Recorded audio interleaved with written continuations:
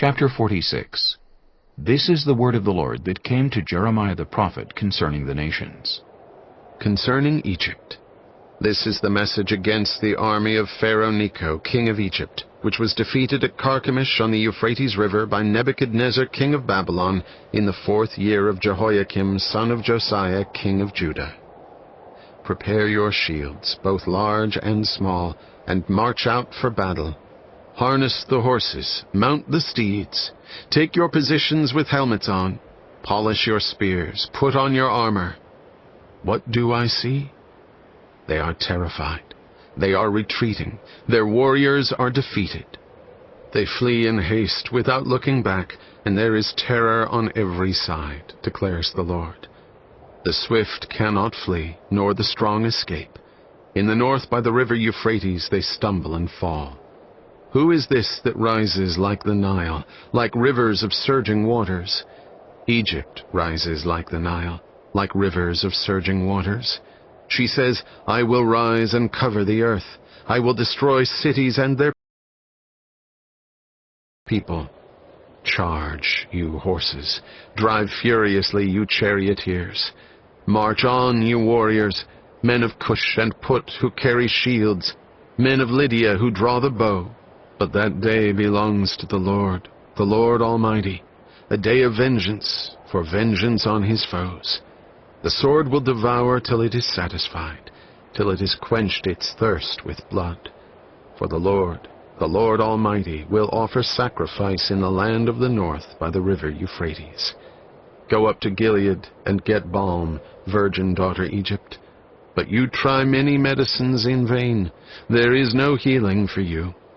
The nations will hear of your shame. Your cries will fill the earth. One warrior will stumble over another. Both will fall down together. This is the message the Lord spoke to Jeremiah the prophet about the coming of Nebuchadnezzar, king of Babylon, to attack Egypt. Announce this in Egypt, and proclaim it in Migdol. Proclaim it also in Memphis and Tahpanhes. Take your positions and get ready, for the sword devours those around you. Why will your warriors be laid low? They cannot stand, for the Lord will push them down. They will stumble repeatedly. They will fall over each other. They will say, Get up. Let us go back to our own people and our native lands, away from the sword of the oppressor. There they will exclaim, Pharaoh, king of Egypt, is only a loud noise. He has missed his opportunity.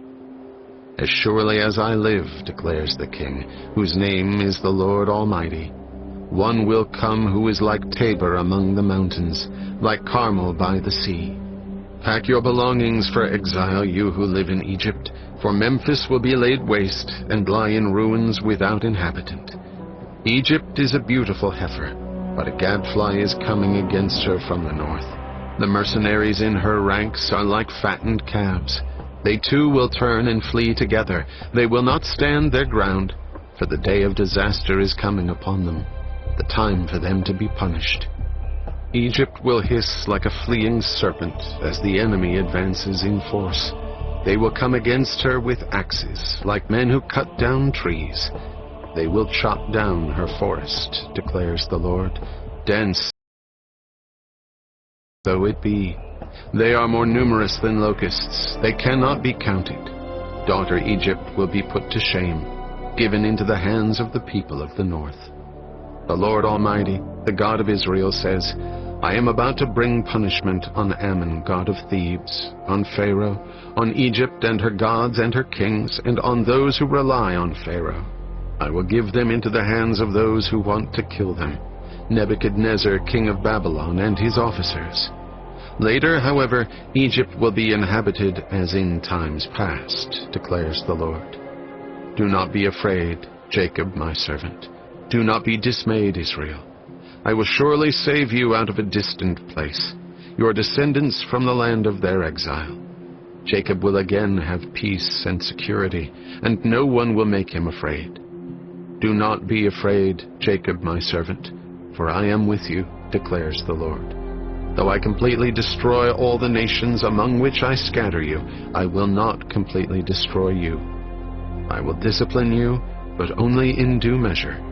I will not let you go entirely unpunished.